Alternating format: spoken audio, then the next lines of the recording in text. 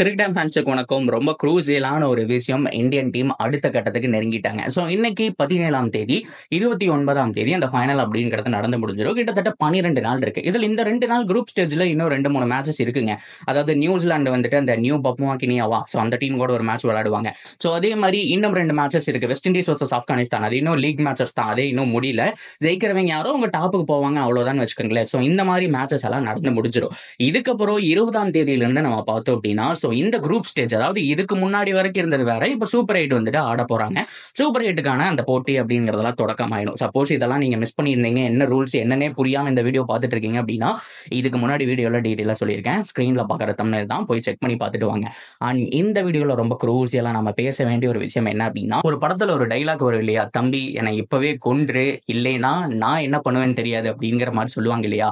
So அந்த மாதிரி இங்கிலாந்துக்கு உயிர் கொடுத்துட்டாங்க ஆஸ்திரேலியான்னு சொல்லி ஆகணும். ஆக்சுவலா எலிமினேட் ஆக வேண்டிய ஒரு கேம்ல பார்த்தோம் அப்படின்னா, ஆஸ்திரேலியா ஜெயிச்சாதான் இங்கிலாந்து உள்ள அப்படிங்கிற மாதிரி பயங்கரமா நெட் ரன் ரேட் எல்லாம் கிட்டத்தட்ட 4-5 ஓவர்ல சேஸ் பண்றது என்ன, 10 ஓவர்ல 120 130 அடிக்கிறது என்ன, பயங்கரமா இங்கிலாந்து நடப்பு சாம்பியன் நாங்க தாண்டா அப்படிங்கிற மாதிரி பெர்ஃபார்ம் பண்ணிட்டு இருக்காங்க.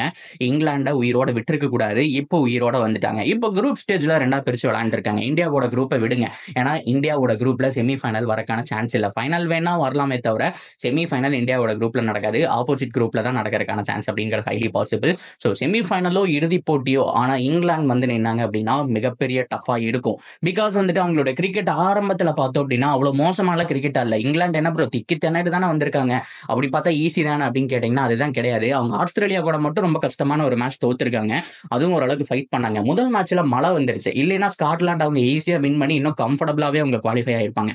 அந்த மழை மட்டும் வரலைன்னா கொஞ்சம் ஈஸியாகவே குவாலிஃபை ஆயிருவாங்க. இதுதான் நடந்த விஷயமா இருந்துட்டு இருந்துச்சு. பட் அன்ஃபார்ச்சுனேட்லி மழை வந்ததுனால பார்த்தோம் அப்படின்னா ஈச் பாயிண்ட் அப்படிங்கிற மாதிரி ஒவ்வொரு டீமுக்கும் கொடுத்துறாங்க. அந்த மேட்ச் நடந்திருந்தா இங்கிலாந்துடைய குவாலிஃபிகேஷனே வேற மாதிரி இருக்கும், டாப்ல கூட ஃபினிஷ் பண்றதுக்கான சான்ஸ் அப்படிங்கிறது ஹைலி பாசிபிளா இருந்திருக்கும். ஸோ அன்ஃபார்ச்சுனேட்லி அது நடக்காம போயிடுச்சுங்க. ஓகேவா, அப்படியே கட் பண்ணிட்டு வந்தோம் அப்படின்னா, ஸோ இந்த பக்கம் இருக்கக்கூடிய எல்லா டீமுமே டேஞ்சர் தான். West Indies, South Africa, so அது மட்டும் இல்லாமல் யூஎஸ்ஏ ஓரளவுக்கு நல்லா பர்ஃபார்ம் பண்ணிட்டு இருக்காங்க. அண்ட் இங்கிலாந்து டெரிஃபிக் டீமுங்க. ஸோ இப்போ இந்தியா செமிஃபைனல்ல யாரை ஃபேஸ் பண்ண போறாங்க அப்படிங்கிறதான் மிகப்பெரிய கேள்வியாவே இருந்துட்டு இருக்கு. நம்ம வெஸ்ட் இண்டீஸை பத்தி பேசுவோம். இதுக்கு முன்னாடி நம்ம வந்துட்டு நிறைய பேசி இருக்கிறோம். இப்போ அவங்க இடத்துல தான் நடக்குது.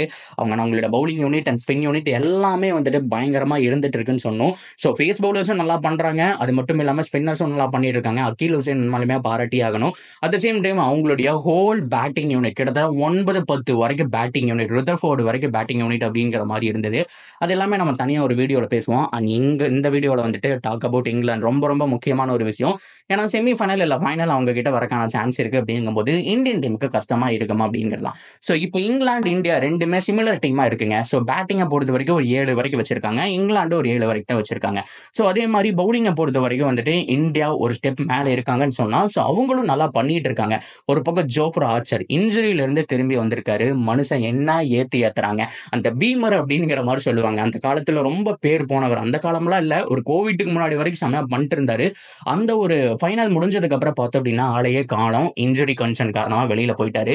மும்பை இந்தியன்ஸுக்கு எடுத்தாங்க, என்னென்னமோ பண்ணி பார்த்தாங்க. ஆனா ஜோஃப்ரா ஆர்ச்சருடைய பவுலிங் வந்துட்டு பெருசா இம்ப்ரூவ் ஆன மாதிரியே தெரியல. விராட் கோலி போட்டு பொழந்து விட்டுருவாரு. ஆனா அதுக்கப்புறம் அவருடைய கெரியரே முடிஞ்சுன்னு நினைக்கும் போது அந்த இன்ஜுரியில இருந்து திரும்பி வந்தாரு. அவர் பழைய பேஸ் சும்மா ஏத்துன்னு 145+ அசால்ட்டா டச் பண்றக்கூடிய அந்த பழைய பேஸ் வந்துச்சு. இப்போ மனுஷன் சும்மா வெறித்தனமா போட்டிருக்காரு. பழைய ஜோஃப்ரா ஆர்ச்சர் இஸ் பேக் அப்படிங்கிற மாதிரி சரியான டெரிஃபிக் பவுலிங் பெர்ஃபார்மன்ஸ். அதை தாண்டி ரீஸ்டாப்லி அவரும் நல்லா பண்ணிட்டு இருக்காரு, பாராட்டியே ஆக வேண்டிய ஒரு விஷயங்க. ஸோ ஆக மொத்தத்தில் மார்குட் அவங்களுடைய மிகப்பெரிய பேஸ் பவுலராக இருந்துட்டு இருக்காரு. ஓவராலாக ஒரு டீசென்டான பவுலிங் யூனிட் அண்ட் டெட்லியான பேட்டிங் யூனிட். ஹாரி ப்ரூக்கெல்லாம் தேவைதானா அப்படின்னு சொல்லி யோசிக்கும் போது போன மேட்ச் ஒரு மரண காட்டியிருப்பாருங்க. குயிக் 45 அப்படிங்கிற மாதிரி வந்துட்டு அடிச்சிருப்பாரு. பயங்கரமான ஒரு இன்னிங்ஸ். அந்த இன்னிங்ஸ்னால தான் 120 அப்படிங்கிற ஹியூஜ் டோட்டல் வெறும் 10 ஓவரில் வந்துட்டு போட்டிருப்பாங்க. ஸோ அதில் பார்த்தோம் அப்படின்னா டிஎல்எஸ் மெத்தட்லாம் இங்கிலாந்து வின் பண்ணியிருப்பாங்க. ஸோ ஆக மொத்தம் அவங்க ஃபார்முக்கு வந்துட்டாங்க.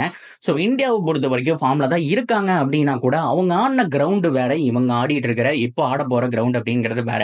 ஸோ அந்த கிரவுண்ட்லேயே இங்கிலாந்து நல்லா பண்ணியிருக்காங்க, எந்த ட்ராக்லேயும் நல்லா பண்ணியிருக்காங்க. ஆனால் இந்தியாவை பொறுத்த வரைக்கும் பார்த்தோம் அப்படின்னா எல்லாமே கொஞ்சம் லோ டோட்டலாக போயிருக்கு. பவுலிங் யூனிட்டை நம்பி இருக்க வேண்டியதாக இருந்திருக்கு. ஸோ ஆனால் இங்கிலாண்டை பொறுத்த வரைக்கும் ரெண்டுமே பேலன்ஸ்டாக இருந்திருக்கு.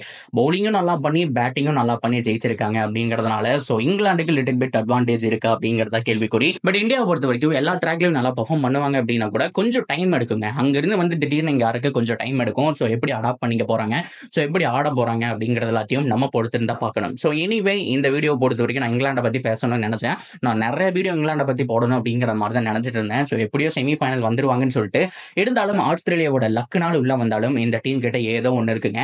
கண்டிப்பாக மிகப்பெரிய அப்செட்டை நடத்துவாங்க. இந்தியாவுக்கு எதிராக நடத்த போகிறாங்களா, இல்லை செமிஃபைனலில் வேற ஏதாவது டீமை ஃபேஸ் பண்ணி நடத்த போகிறாங்களா அப்படிங்கிறது வந்து தான் நம்ம பார்க்க வேண்டிய விஷயம். ஆனால் அப்செட் இருக்குது. கண்டிப்பாக west Indies versus England again once again final வந்து ரிவெஞ்ச் எடுக்கிறதுக்கு கூட சான்ஸ் இருக்குது. அப்படி நடந்தால் மிகப்பெரிய விஷயமா இருக்கும். ஆனால் ஆஸ் இந்தியன் ஃபேனாக நம்மளாம் என்ன நினைக்கணும், இந்தியா தான் ஃபைனல் வரணும்னு நினைக்கணும். ஏன்னா நம்மளும் பாவம் தான், இவ்வளோ வருஷம் டிராஃபி கிடையாது. ஸோ அதுக்கப்புறம் 2013 சாம்பியன்ஸ் டிராஃபிக்கு அப்புறம் எதுவுமே செட் ஆகல, எதுவுமே சரியா போகலன்னு சொன்னோம். எல்லா ஃபைனல்லையும் அடி வாங்கிட்டு தான் இருந்தோம். ஆனால் இந்த தடவை ரிவெஞ்ச் எடுக்க வேண்டிய ஒரு டைமிங்க. ஓரளவுக்கு நல்ல குவாலிட்டியான பேட்டிங், நல்ல ஒரு சூப்பரான ஒரு பவுலிங் சைடு எல்லாமே செட் ஆயிருக்கு. ஸோ இதை வச்சு டிராஃபி அடிக்கிறதோ அடிக்காதோ நம்ம கையில் தான் இருக்கு. ஸோ ஹோப்ஃபுல்லி இன்னொரு டிராஃபி அடிப்போமா, அந்த T20 வேர்ல்ட் கப் இந்த வருஷம் நம்ம கையில் வருமா அப்படிங்கிறத நம்ம பொறுத்துன்னு தான் பார்க்கணும்.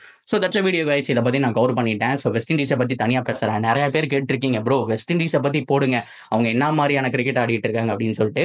சீக்கிரமாகவே வீடியோ போடுறேன். ஸோ நீங்கள் என்ன நினைக்கிறீங்க? நீங்கள் உங்களுக்கு இங்கிலாந்து ஃபேவரட் அப்படின்னு நினைக்கிறீங்களா, இல்லை இந்தியன் டீம் அசால்ட்டாக தட்டி தூக்கிடுவாங்கன்னு நினைக்கிறீங்களா? தாராளமாக உங்களுடைய ஒப்பீனியன் கமெண்ட் செக்ஷனில் ஷேர் பண்ணலாம். அண்ட் தொடர்ந்து அப்டேட்டுக்கு சேனலோட நினைச்சிருங்க. மறக்காம சப்ஸ்கிரைப் பண்ணி சப்போர்ட் பண்ணுங்க.